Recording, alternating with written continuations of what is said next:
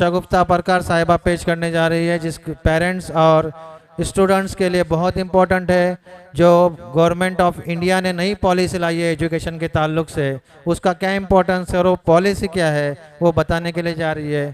तो आपसे गुजारिश है कि बगौर समाप्त करें।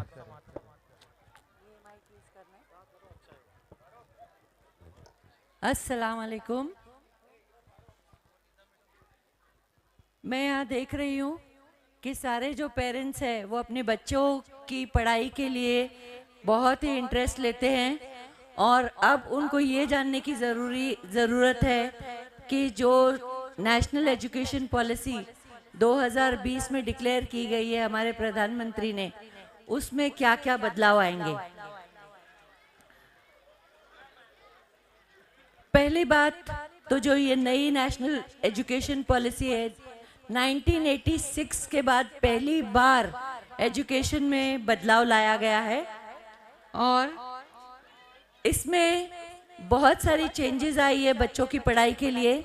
आज तक हम देखते आ रहे हैं कि साइंस, कॉमर्स और आर्ट्स के कॉलेजेस हैं, मगर आगे बढ़कर ये जो 3 स्ट्रीम्स हैं ये सारी मर्ज हो जाएंगी, यानी कि मिक्स हो जाएंगी और बच्चों को चॉइस होगी कि वो किस तरह के सब्जेक्ट चूज़ करें। कि जैसे कि किसी को अगर पायलट बनना है तो उसके लिए ज्योग्राफी बहुत ज़रूरी है, उसके लिए फिज़िक्स ज़रूरी है और मैथ्स ज़रूरी है, तो उसको बाकी के साइंस के सब्जेक्ट्स या कोई और सब्जेक्ट पढ़ने की ज़रूरत नहीं है। तो वो ऐसे सब्जेक्ट्स चूज़ कर सकता है कि जो उसके ऑक्यूपेशन और करियर के लिए इम्पॉर्टेंट है।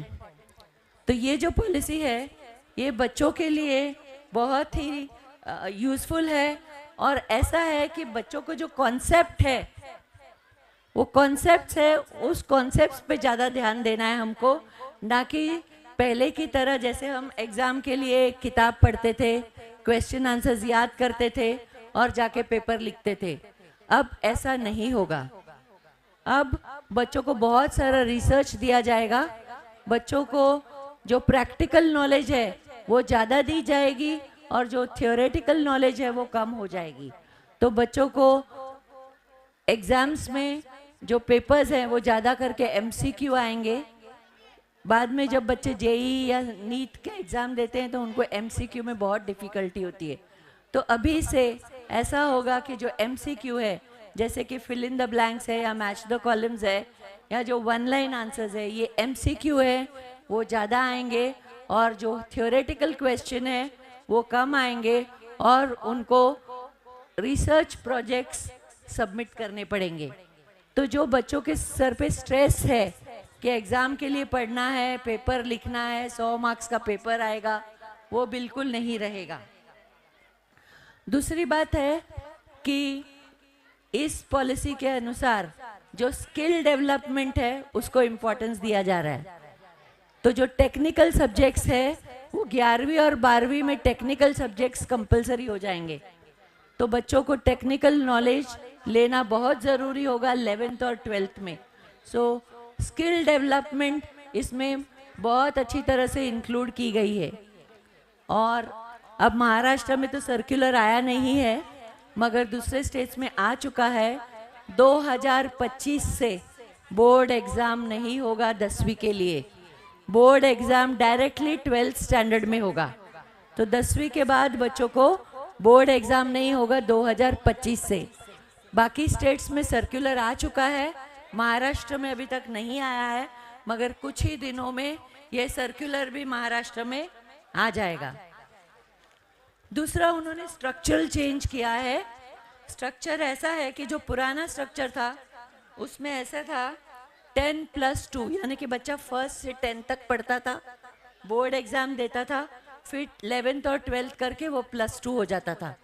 मगर अभी एक बदलाव आया है कि नई एजुकेशन पॉलिसी के हिसाब से जो पहले 5 साल की पढ़ाई है, यानी कि nursery, junior KG, senior KG और फर्स्ट स्टैंडर्ड और सेकंड स्टैंडर्ड, ये जो 5 साल है, इन 5 सालों को फाउंडेशन ईयर्स कहा गया है। और ये 5 सालों में बच्चों के जो कॉन्सेप्ट है हर एक सब्जेक्ट के, वो क्लियर किए जाएंगे। उसके बाद 13 से 18 तक का पूरा सफ़र होगा, जबकि 10th में बोर्ड एग्ज़ाम नहीं होगा और डायरेक्टली 12th से स्टार्ट होगा। सो जो बच्चे की पढ़ाई है वो अर्ली चाइल्डहुड से ही स्टार्ट हो जाएगी, और नर्सरी में बच्चे को जब एडमिशन लेनी है तो उसकी उम्र कम से कम 3 साल होनी चाहिए। 3 साल से छोटे बच्चे को नर्सरी में एडमिशन नहीं देना है, क्योंकि आगे जाके जब वो बच्चा फॉर्म भरेगा और उसकी एज कम होगी तो फिर उसको बोर्ड एग्ज़ाम नहीं दे पाएगा।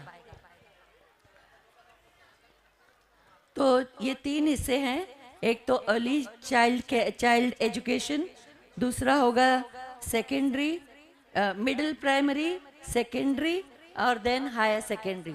तो ये 4 स्टेजेस हैं जिनमें बच्चे पढ़ेंगे। तो पहले ही होगा ज़्यादा से ज़्यादा एक्सपीरियंशियल लर्निंग होगी, बच्चों को रिसर्च करना पड़ेगा और किताबें कम पढ़नी होगी।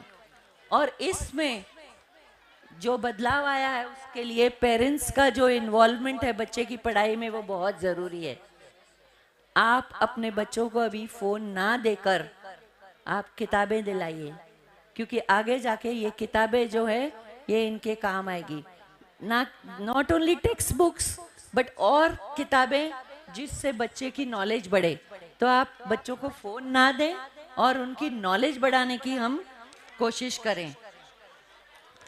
और इस शिक्षा नीति में और एक बहुत बड़ा चेंज आया है कि जो फाउंडेशनल स्टेज है, जो पहले 5 साल है नर्सरी से लेके 2nd स्टैंडर्ड तक, उसमें पढ़ाई मदर टंग में होनी चाहिए। यानी कि पहले जो इंग्लिश मीडियम स्कूल है, पेरेंट्स को ऐसे लगता था कि मेरा बच्चा इंग्लिश मीडियम स्कूल में जाता है तो उसको बहुत अच्छी इंग्लिश बोलनी आनी चाहिए और उसको इंग्लिश में सब कुछ आना चाहिए। मगर जो एजुकेशन पॉलिसी है अभी जो नई, उसमें ऐसा नहीं है। उसमें ऐसा कहा गया है कि पहले जो 5 साल है उसमें बच्चे को मदर टंग में पढ़ाओ। अगर वो इंग्लिश मीडियम स्कूल में जाता है तो भी टीचर्स को उसकी जो लैंग्वेज है, जो वो समझता है भाषा, उसमें ट्रांसलेशन करके उसको कॉन्सेप्ट समझाना है। कई बच्चे ऐसे जो अपनी मातृभाषा है, जो घर में हम भाषा बोलते हैं, वो उसके लिए हम कभी क्लासेस में नहीं जाते हैं या कहीं पढ़ने नहीं जाते, मगर कहने और सुनने से हम वो सीख जाते हैं। तो इसी तरह जो इंग्लिश मीडियम में भी बच्चे जाते हैं वो कहने और सुनने से आहिस्ता आहिस्ता सीख जाएंगे। तो जो मदर टंग है वो बहुत ही इम्पोर्टेंट है। और मैं खुश हूँ कि जर्मन प्रकार स्कूल में उर्दू मीडियम है और सेमी इंग्लिश है, ताकि जो बच्चे का मैथ्स और साइंस है वो इंग्लिश में हो जाए। तो ये बहुत अच्छी बात है। और इसलिए मैं जो वर्नाक्युलर मीडियम के स्कूल चाहे हिंदी है, मराठी है, उनकी जो कोशिश है बच्चों को पढ़ाने की, वो इंग्लिश मीडियम स्कूलों से ज़्यादा ही अच्छी है। दूसरी बात यह है कि जो टीचर्स होंगे स्कूल में, उनके लिए बहुत इम्पॉर्टेंट है कि वो ट्रेनिंग करें। जो सरकार है उन्होंने ट्रेनिंग स्टार्ट की है जो फ्री ऑफ कॉस्ट और ऑनलाइन है। निष्ठा ट्रेनिंग्स वो रेगुलरली होती रहती हैं और टीचर्स को वो ट्रेनिंग करनी चाहिए। और अभी और एक इम्पॉर्टेंट चीज़ ये है कि टीचर्स को TET यानी कि टीचर एलिजिबिलिटी टेस्ट देना है और वो ज़रूरी है। उसके बिना उनके जॉब्स पे कुछ असर पड़ सकता है, शायद उनको ब्रेक लेना पड़ेगा और TET कंप्लीट कर ही आना पड़ेगा। और जो परीक्षा होगी बच्चों की, जो एग्ज़ाम होगी, वो ज़्यादा से ज़्यादा ऑब्जेक्टिव होगी। जैसे मैंने पहले ही कहा है कि वो MCQ होगा और बहुत कम उनको थ्योरी होगी और एग्ज़ाम सिर्फ साल में 2 बार होगा। अभी ऐसे होता है कि यूनिट टेस्ट होता है, फिर सेमेस्टर होता है, फिर यूनिट टेस्ट 2 होता है, सेमेस्टर 2 होता है। तो बच्चों के ऊपर एग्ज़ाम की बहुत ज़्यादा स्ट्रेस होगी। और इस पॉलिसी के अनुसार साल में सिर्फ 2 एग्ज़ाम होंगे, सेम 1 और सेम 2, और बाकी जो उनके जो टेस्ट करने हैं वो रेगुलरली स्कूल में किए जाएंगे। रिटन टेस्ट नहीं, मगर उनको रोज ऑब्जर्व किया जाएगा और उनके ग्रुप में वो किस तरह परफॉर्म करते हैं उसके हिसाब से उनको मार्क्स दिए जाएंगे। और सबसे बड़ी बात मैं पेरेंट्स से ये कहना चाहती हूँ कि बच्चों को कभी भी मार्क्स के लिए आप हैरेस ना कीजिए, क्योंकि मार्क्स जो है, जो रिजल्ट है, वो एक पीस ऑफ पेपर है। जो स्किल है बच्चे की, जो बच्चे की काबिलियत है, उसको हमें देखना है और उसको बढ़ावा देना है। और इसी के साथ मैं अपना प्रेजेंटेशन स्टॉप करती हूँ क्योंकि काफ़ी टाइम हो चुका है। मगर बच्चों के लिए एक बहुत बड़ी खुशखबरी है कि 2025 से बोर्ड एग्ज़ाम नहीं होगा, सिर्फ 12th में उनका एग्ज़ाम होगा। Okay, so all the best to everybody at German प्रकार high school and junior college. Congratulations to all the teachers, parents and students for making this show a great success. Thank you very much.